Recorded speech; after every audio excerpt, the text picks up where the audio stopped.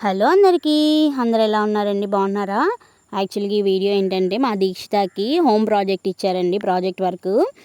వాళ్ళ టీచర్ చెప్పారంట paper cuttings cut చేసి కొన్ని కొన్ని నేమ్స్ చెప్పారు వాళ్ళు. సన్, మూను అండ్ ఇంకా కారు అలాగ కొన్ని నేమ్స్ ఇచ్చారు.